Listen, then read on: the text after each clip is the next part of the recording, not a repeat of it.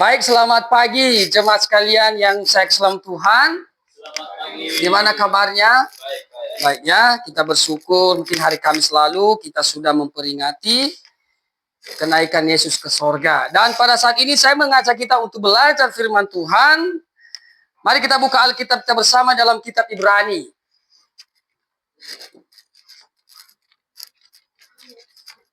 Mari kita lihat di dalam kitab Ibrani pasal 12. Ibrani pasalnya yang ke-12. Kita baca ayatnya yang ke-24 sampai 29. Oke, Ibrani pasal 12 ayat 24 sampai 29. Oke, kalau sudah menemukannya, kita akan membacanya biar lebih teratur. Saya akan baca ayat 24, Bapak Ibu ayatnya ke-25, demikian berganti-gantian sampai 29. Dan kepada Yesus pengantara perjanjian baru dan kepada darah pemercikan yang berbicara lebih kuat daripada darah Habel.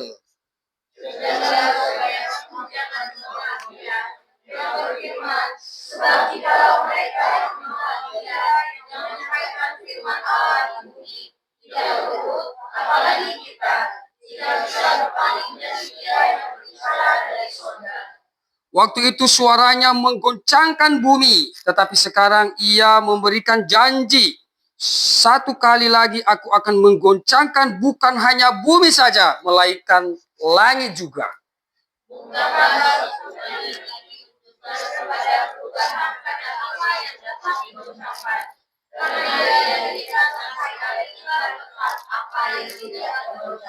Jadi karena kita menerima kerajaan yang tidak tergoncangkan, marilah kita mengucap syukur dan beribadah kepada Allah menurut cara yang berkenan kepadanya dengan hormat dan takut. Oke, kita berdoa ya. Bapa kami di sorga, Tuhan, kami bersyukur atas kesempatan pada hari ini kami masih miliki untuk bernyanyi, dan terlebih Tuhan, pada saat ini kami akan belajar firman telah tercatat bagi kami, dan kami mohon pimpinan Tuhan, kiranya kami bisa belajar dengan baik pada hari ini dan bisa menjadi berkat rohani dalam kehidupan kami. Terima kasih, kami serahkan kehidupan kami selanjutnya ke dalam tangan-Mu, dalam nama Tuhan Yesus kami sudah berdoa. Amin. Oke, Bapak Ibu, saudara-saudari jemaat sekalian yang saya salam Tuhan. Dunia sekarang, kalau kita lihat dunia sekarang ini bukan semakin baik. Ya, menurut kita lihat, dunia sebenarnya bukan semakin baik. Bahkan dunia banyak yang menjadi masalah. Bahkan dunia semakin digoncangkan. Kalau kita lihat dunia ini semakin berubah. Kalau tidak salah itu tahun 2005 atau 2006. Itu dunia secara khusus Indonesia digoncangkan oleh bencana alam. Yang mereka sebut itu ya mungkin kita nggak mengalaminya, di Aceh sana itu terjadilah tsunami. Mereka sebut itu gesekan lempeng tektonik antara dua samudra, Samudra Pasifik dan Samudra Hindia, sehingga terjadilah tsunami. Bahkan kalau nggak salah itu perhitungan jumlah korban pada saat itu sekitar 170.000 ya, kalau tidak salah ya. Jadi itu jumlah korban yang tentu digunakan pada saat itu sebagai korban karena bencana alam, yaitu tsunami pada saat itu. Dan kita lihat bahwa dunia sebenarnya bukan semakin baik. Dunia ini sebenarnya semakin usang. Kalau sudah belajar sains dan Alkitab itu diajarkan situ mengenai bahwa dunia ini sebenarnya entropi. Jadi dunia ini semakin usang. Jadi dunia ini semakin berubah. Dunia ini semakin digoncangkan dengan hal-hal yang ada di alam semesta ini. Tetapi sebenarnya ada hal-hal yang tidak tergoncangkan. Dunia pasti akan digoncangkan. Bahkan dicatat tadi di ayat yang ke-26, 27 bahwa Allah akan menggoncangkan dunia, dan bukan hanya dunia, langit pun akan digoncangkan. Kalau misalnya kita mungkin naik pesawat, naik kendaraan motor, mobil atau apalah, pasti kita punya harapan, kita punya pegangan yang kuat supaya yang kita pegang itu tidak lepas. Saya teringat ada di kampung waktu itu, ada salah satu ya sekampung di sana ya. Kalau di ladang di sana itu mereka itu buka lahan, yaitu ladang. nanti pohon-pohonnya itu yang besar-besar itu bukan ditebang. Kalau rumput-rumput ditebas semua, sedangkan pohonnya itu jangan ditebang. Itu mereka cuma bersihkan, dahan-dahannya dipotong sampai ke atasnya, intinya sampai bisa dijangkau lah. Ya, itu utuh nanti kayunya, tunggu dia kering sendiri nanti. Karena daun-daunnya udah dipotong, dahan-dahannya, ranting-rantingnya udah dipotong, maka otomatis dia akan kering. Waktu itu salah satu, dan mata kepala saya sendiri menyaksikan itu. Karena dia pas dia naik ke atas pohon itu, dia memegang salah satu dahan, tetapi dia memegang dahan yang nggak kuat. Dan singkat cerita pada saat itu dia jatuh. Dan berapa tahun dia dirawat segala macam, dan dia sudah membutuhkan waktu yang lama untuk perawatan sampai tulangnya ada yang bilang udah patah lah, sampai dia dikatakan lumpuh pada waktu ini. Tapi sekarang saya nggak tahu apakah dia masih hidup atau bagaimana. Tapi kita dapatkan bahwa dunia ini sebenarnya banyak yang menggoncangkan. Dunia ini bisa digoncangkan, tetapi ada hal-hal yang tidak dapat digoncangkan. Nah, oleh sebab itu Paulus memberikan jawaban kepada kita, ada 3 paling tidak di dalam teks ini, hal-hal yang tidak dapat digoncangkan. Dunia bisa digoncangkan, bahkan langit pun bisa digoncangkan. Tetapi ada hal-hal yang tidak dapat digoncangkan. Oleh itu saya mengangkat tema renungan kita pada siang hari ini, yaitu menjelang siang ya, yaitu hal-hal yang tidak tergoncangkan. Hal-hal yang tidak tergoncangkan. Yang menjadi pertanyaan bagi kita, apa itu hal-hal yang tidak dapat digoncangkan? Dunia begitu, bisa kita katakan dunia akan berlalu lah. Bahkan Tuhan bisa menggoncangkan dunia ini. Langit pun katanya dia bisa goncangkan. Tetapi ada hal-hal yang tidak dapat digoncangkan. Bahkan dalam kehidupan kita kadang mungkin kemarin atau tadi malam atau minggu lalu kita masih senang-senang. Masih happy-happy. Bisa hari ini, bisa besok sedih. Misalnya apa? Ya mungkin ada masalah, mungkin keluarga meninggal dan lain sebagainya. Itu akan menggoncangkan hidup kita. Tetapi ada hal-hal yang tidak dapat digoncangkan apapun itu. Yang pertama, kita dapatkan di ayatnya kita dapat 26 dan 27. Hal-hal yang tidak dapat digoncangkan. Kita akan lihat di ayat yang ke-26 dan 27. Waktu itu suaranya menggoncangkan bumi, tetapi sekarang ia memberikan janji.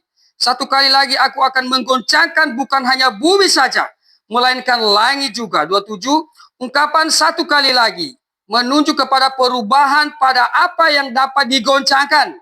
Karena ia dijadikan supaya tinggal tetap apa yang tidak digoncangkan. Hal yang pertama yang tidak dapat digoncangkan, yaitu Tuhan sendiri. Atau Allah sendiri, atau Yesus sendiri. Tuhan kita tidak dapat digoncangkan oleh apapun. Bumi bisa digoncangkan, langit pun bisa digoncangkan, tetapi Tuhan tidak dapat digoncangkan. Bahkan dicatat di situ-situ, apa? Dia sendiri yang akan menggoncangkan bumi. Bahkan langit sendiri dia akan goncangkan. Apa yang perlu kita renungkan ya dari teks ini yang dikatakan bahwa Tuhan akan menggoncangkan bumi. Ini sebenarnya beberapa hal yang perlu kita pelajari. Bahwa dunia ini pasti akan berubah. Kalau tidak salah itu tahun 98 gitu ya. 1998 gitu. Itu nilai rupiah kalau tidak salah itu ada 2.000. Bahkan sudah sempat naik 17. Sekarang itu kalau tidak salah antara 12-13 ribu. Jadi perubahan pasti akan terjadi. Dunia akan semakin digoncangkan. Tetapi kita dapatkan bahwa Tuhan Allah kita sendiri, Yesus Kristus sendiri tidak dapat digoncangkan. Apa yang perlu kita pelajari dari sini? Paling tidak ada beberapa hal yang perlu kita pelajari sebagai dampak dari Allah yang tidak dapat digoncangkan. Yang pertama kita bisa dapatkan beberapa hal. Yang pertama mengenai tentang keilahian dan sifat-sifat Tuhan. Kita dapatkan di sini bahwa Allah itu tidak dapat digoncangkan. Berarti sifat pertama Allah sebagai Allah yang kekal. Maka di dalam Kejadian pasal 1 ayat 1 dikatakan itu pada mulanya Allah menciptakan. Pada mulanya Allah, berarti pada mulanya Allah telah ada. Ini menunjukkan titel Allah sebagai pribadi yang kekal. Jadi Allah tidak mungkin berubah. Ini disebut dalam istilahnya itu dipakai imutabilitas. Jadi Allah tidak berubah. Jadi Allah itu kekal, sifatnya kekal, sudah ada, bahkan sudah ada, telah ada dan akan datang. Jadi kita dapatkan bahwa lewat sifat Allah yang tidak berubah dan dia tidak dapat digoncangkan oleh apapun. Maka yang menjadi renungan kita bahwa ini menunjukkan kepada kita sifat-sifat dan karakter Allah. Yang pertama tadi menunjukkan kepada kita sifat Allah yang maha kekal. Di dunia ini semuanya akan binasa. Bahkan dunia ini fana, kita bilang sementara saja. Tetapi Allah adalah kekal. Bahkan pernah Yesus berkata, di dalam Yohanes dikatakan, sebelum Abraham, aku telah ada. Jadi sebelum segala sesuatu, Allah telah ada. Maka tidak bisa dia digoncangkan oleh apapun. Dunia bisa digoncangkan, langit pun bisa digoncangkan oleh Tuhan. Tetapi Allah sendiri tidak dapat digoncangkan. Itu yang pertama yang perlu kita renungkan, bahwa dampaknya. Karena Allah tidak dapat digoncangkan, maka yang menjadi renungan bagi kita bahwa ini kita ketahui bahwa sifat Allah itu sifatnya kekal. Coba kita lihat di dalam Wahyu. Wahyu pasal pertama, ayatnya yang ke-11 sampai ayatnya yang ke-12. Wahyu pasal pertama ayat 11 sampai 12. Salah. Ibrani, maaf. Kita kembali. Ibrani pasal 1, maaf. Ibrani pasal 1, ayatnya yang ke-11 dan ayatnya yang ke-12. Saya akan membacanya. Semuanya itu akan binasa, tetapi engkau tetap ada. Dan semuanya itu akan menjadi usang seperti pakaian. Seperti jubah akan engkau gulungkan mereka, dan seperti persalinan mereka akan diubah. Tetapi engkau tetap sama, dan tahun-tahunmu tidak berkesudahan. Jadi itu dampak yang pertama yang bisa kita renungkan. Karena Allah tidak dapat digoncangkan oleh apapun. Bahkan Allah yang menggoncangkan bumi serta langit. Kita bisa mengetahui bahwa sifat Allah yang pertama, bahwa dia adalah Allah yang kekal. Dan yang kedua juga dampaknya yang bisa kita dapatkan, itu menunjukkan bahwa Allah adalah pribadi yang maha kuasa. Allah mampu melakukan segala sesuatu. Menggoncangkan bumi, Allah bisa. Menggoncangkan langit pun Allah bisa. Makanya tadi dikasih peringatan di situ. Satu kali lagi. Dia menyampaikan, memberikan penekanan kepada orang Yahudi pada waktu itu. Bahwa Allah mampu menggoncangkan bumi. Dan saya rasa mungkin manusia tidak bisa ya. Tidak bisa menggoncangkan bumi. Bahkan menggoncangkan, menggoyahkan rumah saja mungkin tidak bisa. Tapi Allah mampu menggoncangkan alam semesta. Termasuk pun langit. Dan ini poin yang kedua, membawa kita kepada poin yang kedua, bahwa Allah adalah pribadi yang maha kuasa. Memang banyak orang yang menganggap ya Allah itu ada yang memahami Allah itu ya sekedar ilah-ilah yang sama dengan yang lain, setara dengan yang lain. Tetapi orang-orang yang percaya Tuhan, yang sungguh-sungguh mengasihi Tuhan, pasti tahu ternyata Allah ini adalah pribadi yang luar biasa. Pribadi yang maha kuasa. Bahkan tidak ada tandingannya apapun yang ada di alam semesta ini. Dan yang ketiga yang bisa kita dapatkan sebagai dampaknya. Karena Allah tidak dapat digoncangkan. Selain dia adalah Allah yang kekal. Dua, selain itu juga dia adalah Allah yang maha kuasa. Dan yang ketiga, sebagai Allah yang maha kudus. Jadi Allah tidak mungkin berubah. Di perjanjian lama dia adalah pribadi yang kudus. Dan juga dalam perjanjian baru, dia adalah pribadi yang kudus. Kalau tidak salah itu dalam Keluaran pasal 19. Itu dicatat di situ satu perikop. Bagaimana waktu itu Tuhan menjadikan bangsa Israel sebagai bangsa pilihan. Bahkan dia mau supaya Israel itu menjadi bangsa yang kudus. Pernah dia sampaikan kepada Musa. Dia katakan bahwa dia akan menyatakan kemuliaannya, kekudusannya kepada orang-orang Israel. Tetapi di Gunung Sinai. Dan pada waktu itu pun dikatakan oleh firman Tuhan bahwa tidak ada, bahkan binatang pun tidak boleh sampai ke atas itu. Ke Gunung Sinai. Orang yang datang ke sana harus benar-benar kudus. Kenapa? Karena Tuhan mengajarkan supaya orang-orang Israel itu memelihara kekudusan. Bahkan pada waktu itu Tuhan datang di dalam awan, di dalam kegelapan dengan suara guru dan suaranya yang guntur, yang mengguntur suaranya, dan orang Israel pada saat itu ketakutan. Dan mereka sampaikan kepada Musa, Musa lain kali. Kalau Tuhan ngomong, jangan lagi kami melihatnya. Biarlah kau yang mendengarkan kalau Tuhan ngomong, setelah itu kau sampaikan kepada kami. Jadi ini yang bisa kita renungkan, yang menjadi pelajaran bahwa di dalam perjanjian lama maupun di dalam perjanjian baru, Sifat Allah itu immutabilitas, tidak pernah berubah. Jadi kalau dia kudus di perjanjian lama, otomatis dia akan kudus di perjanjian baru. Banyak pelajaran-pelajaran yang bisa kita dapatkan. Memang banyak orang yang mengajarkan hal-hal yang berbeda. Ada yang mengajarkan kita bisa masuk surga, bisa diselamatkan di dalam Yesus tanpa ada pertobatan. Ya cukup saja percaya Tuhan atau berbuat baik, beramal segala macam. Tetapi Tuhan mengajarkan tidak ada manusia yang bisa menghampiri Allah tanpa dikuduskan. Karena tanpa kekudusan, manusia tidak bisa berkenan di hadapan Tuhan. Dan ini yang menjadi renungan kita. Setelah manusia jatuh ke dalam dosa, maka kita adalah posisi orang berdosa yang seharusnya akan binasa. Jadi Tuhan tidak berikan kesempatan, oh karena kau sudah berdosa dan karena kau berbuat baik, karena kau beramal segala macam, maka bolehlah kau masuk. Tanpa mengenakan posisi yang kudus. Tidak bisa begitu. Ya, jadi Allah mengajarkan kita, baik di perjanjian lama maupun di perjanjian baru. Allah mengajarkan kita semua itu memiliki posisi yang kudus. Dan ini pelajaran yang pertama. Dunia bisa digoncangkan. Dunia semakin hari semakin kacau. Mungkin menurut kita dunia semakin hari semakin kacau. Ya, bahkan Tuhan katakan bahwa dia akan menggoncangkan bumi. Dan langit pun akan dia goncangkan. Dan tetapi hal pertama yang tidak dapat digoncangkan itu adalah Tuhan sendiri. Dan kita bersyukur bahwa kita memiliki Allah yang hebat. Kita memiliki Tuhan yang luar biasa. Yang tidak dapat digoncangkan oleh apapun. Yang kedua, hal yang tidak dapat digoncangkan. Hal-hal yang tidak dapat digoncangkan. Tadi bumi bisa digoncangkan, langit pun bisa digoncangkan. Yang yang pertama tadi, Allah sendiri atau Tuhan sendiri tidak dapat digoncangkan. Dan yang kedua, apa yang tidak dapat digoncangkan? Kita bisa dapatkan masih di ayat yang sama. Yaitu ayat yang ke-27. Yaitu firman Allah itu sendiri.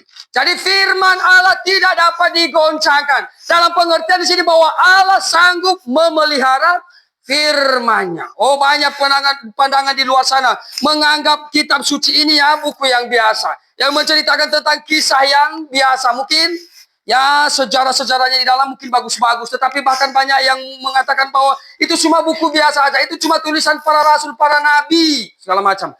Bahkan kita dapatkan sekarang itu kemajuan sains. Bahkan ada yang mengatakan bahwa sains sekarang tidak level dengan kitab suci.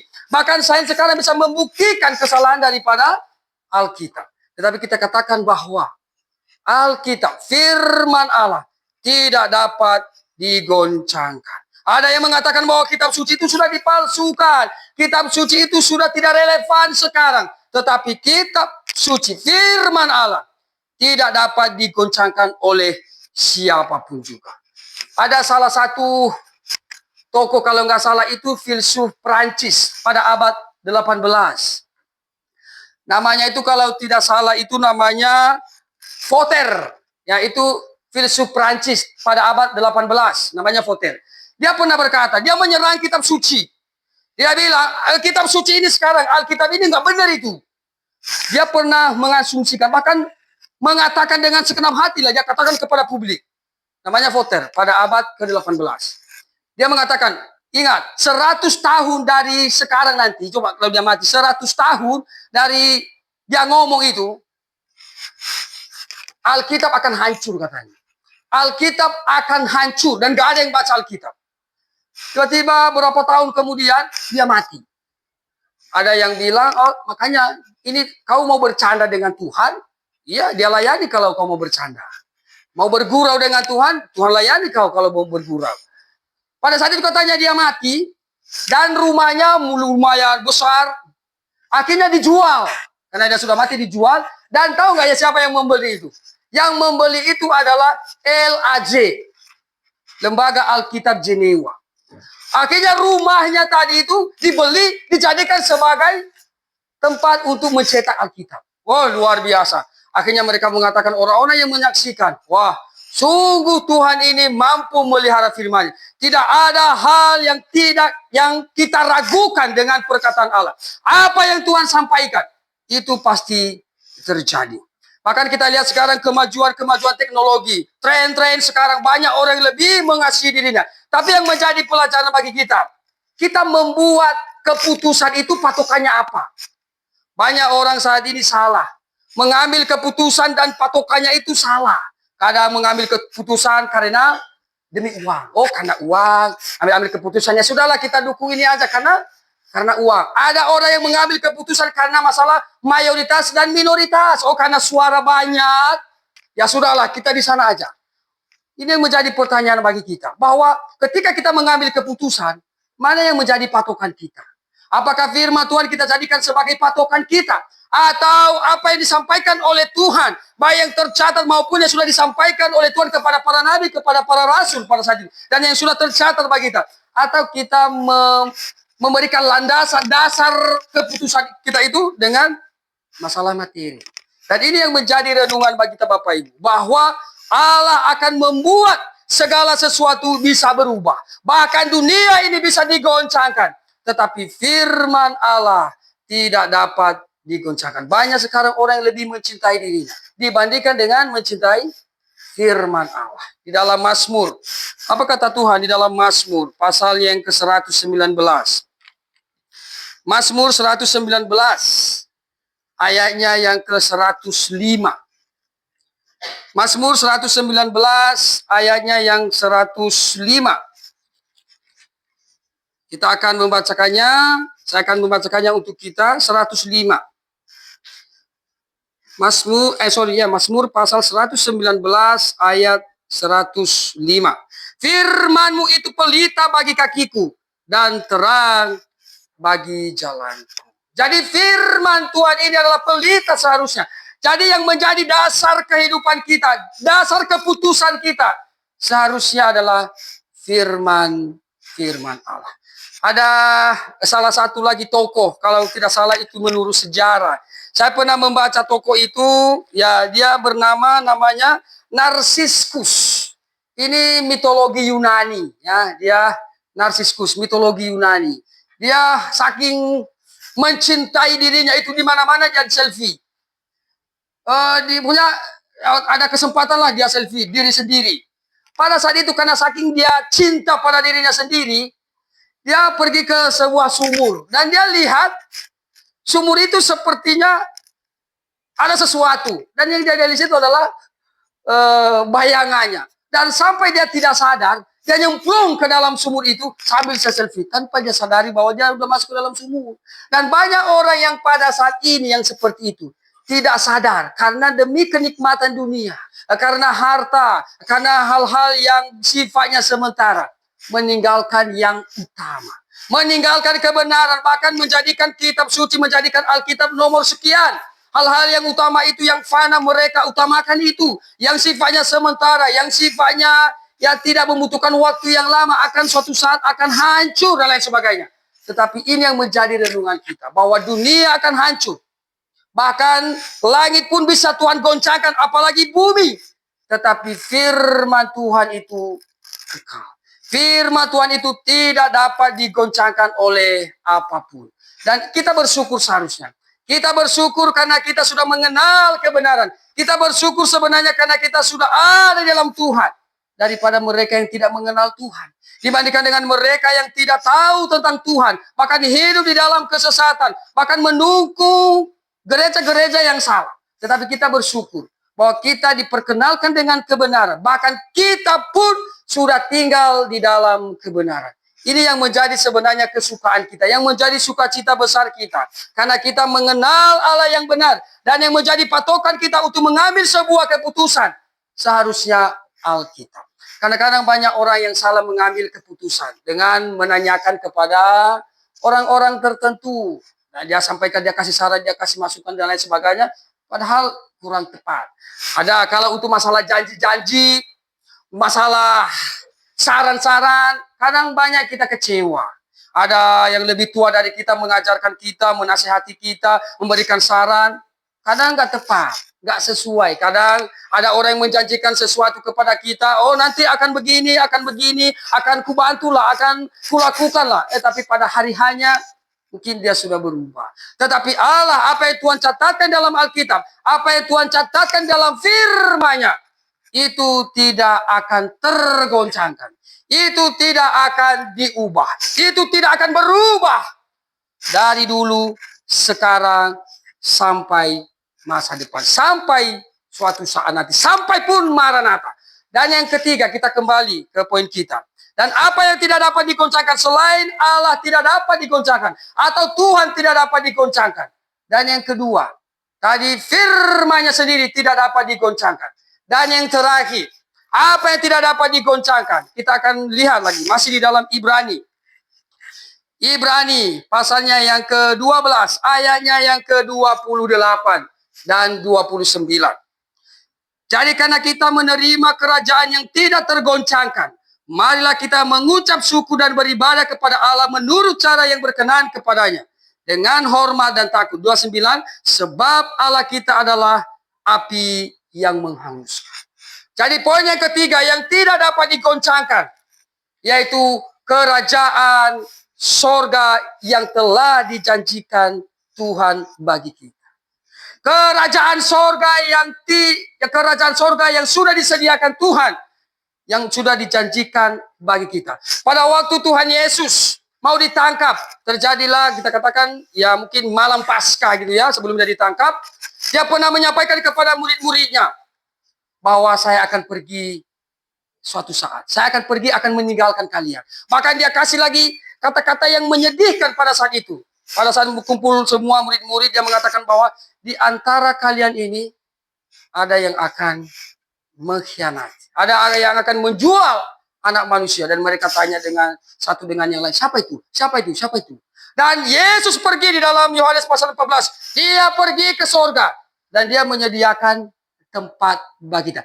Tempat ini adalah sorga. Inilah hal yang tidak dapat digoncangkan oleh apapun. Yaitu sorga. Dan harapan kita semua. Saya rasa kita semua itu pasti hatinya mau ke sana. Amin. Harapan kita sepenuhnya saya sendirilah. Harapan saya jangankan saja dulu yang lain-lain lah. Masalah dibagi upah lah, inilah. Enggak usah dulu itulah. Yang penting saya sampai ke sana aja dulu. Intinya sampai dulu lah. Nah, ini yang menjadi sukacita kita sebenarnya. Karena Allah telah menjanjikan kepada kita hal yang tidak dapat tergoncangkan. Yaitu kerajaan sorga. Karena Allah menjanjikan itu kepada kita. Kerajaan sorga yang tidak tergoncangkan. Maka di ayat yang ke-28. Ada dua hal yang kita lakukan. Yang perlu kita renungkan. Karena Tuhan menjanjikan sorga kepada kita. Maka dua hal yang perlu kita lakukan sekarang ini. Yang pertama dikatakan di ayat yang ke-28. Marilah kita mengucap syukur. Oh, itu yang pertama. Marilah kita mengucap syukur. Ada sebuah cerita Bapak Ibu. Kayaknya pernah suka saya ceritakan. Itu ada laki-laki yang ya dia jago lah, tukang bangunan. Luar biasa dia. Kalau saya sih ya mungkin nggak sebanding lah, kita nggak bisa apa-apa. Saking jagonya, kawan-kawannya mereka masih bangun rumah. Kawan-kawannya baru saja masih di bawah. Ya dindingnya kah, temboknya kah, apa fondasi. Dia sudah sampai ke atas. Sampai dia di atas. Tapi pada saat dia sampai ke atas, dia sudah menyelipkan beberapa paku di bibirnya. Dia sampai ke atas, dia menyelipkan paku beberapa di bibirnya. Dia sampai ke atas.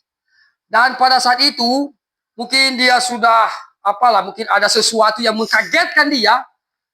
Di atas itu, orang nggak tahu, tiba-tiba ketelan. Salah satu pakunya ketelan. Dan langsung dia turun. Dan kawan-kawannya bilang, kau kenapa? Kau kenapa? Jadi dia tahan lehernya. Kenapa? Kenapa?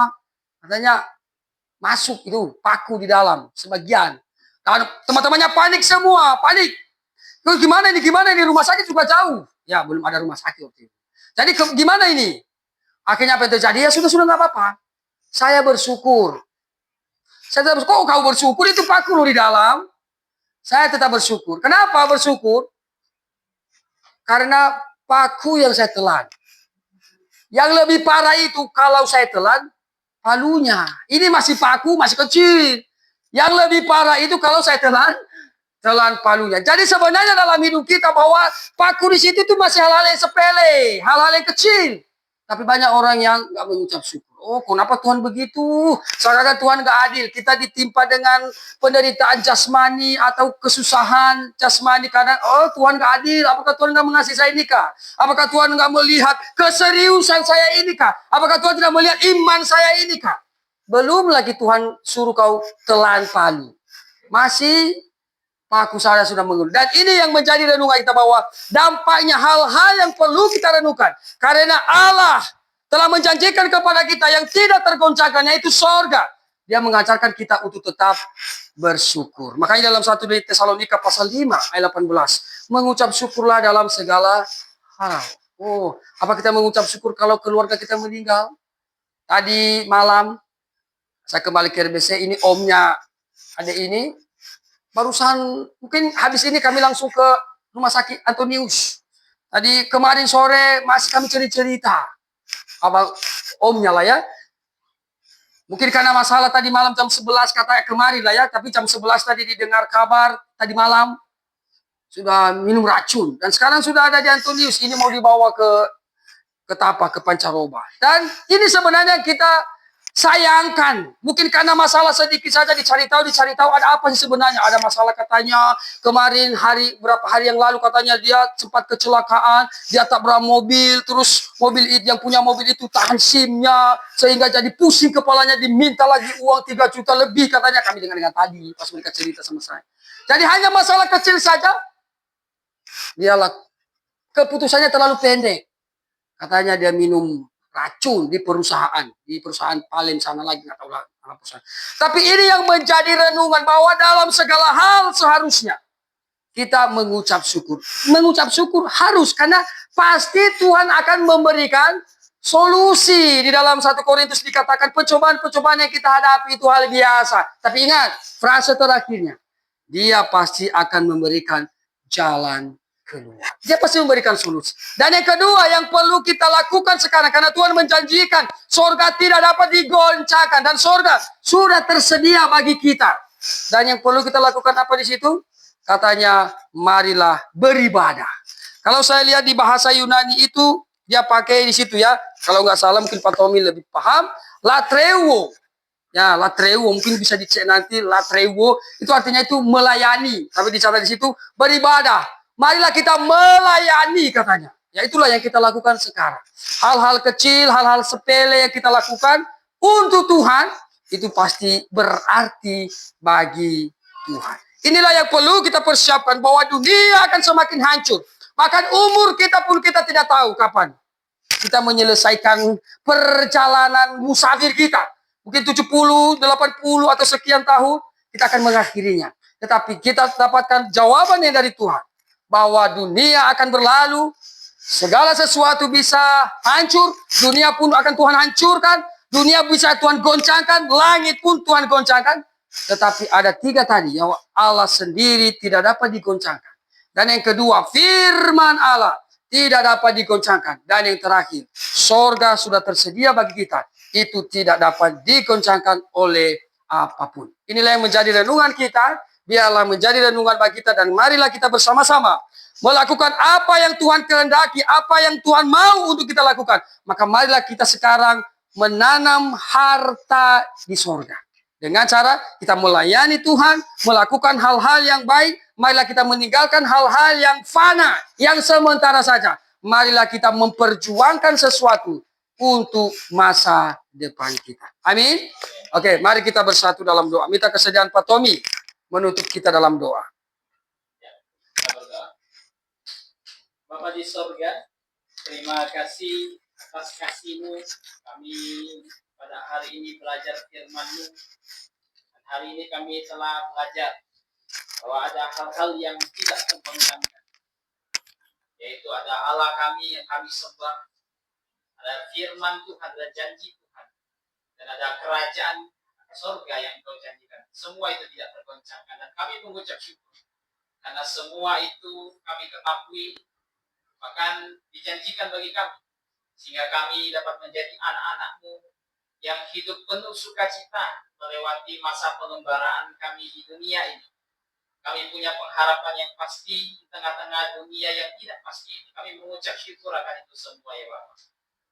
Kami juga mengucap syukur atas pelayanan penginjil Fari yang telah datang menyampaikan firman-Mu, mengajar di tempat ini. Kiranya Kau bantu dia agar dia semakin dewasa di dalam Kristus, agar sekiranya Kau pakai dia agar semakin banyak orang yang bisa mendapatkan manfaat rohani, bahkan diselamatkan lewat pelayanannya. Terima kasih Bapak. Hanya di dalam nama Tuhan kami Yesus Kristus kami sudah berdoa dan mengucap syukur. Amin. Amin. Silakan Pak Pontus.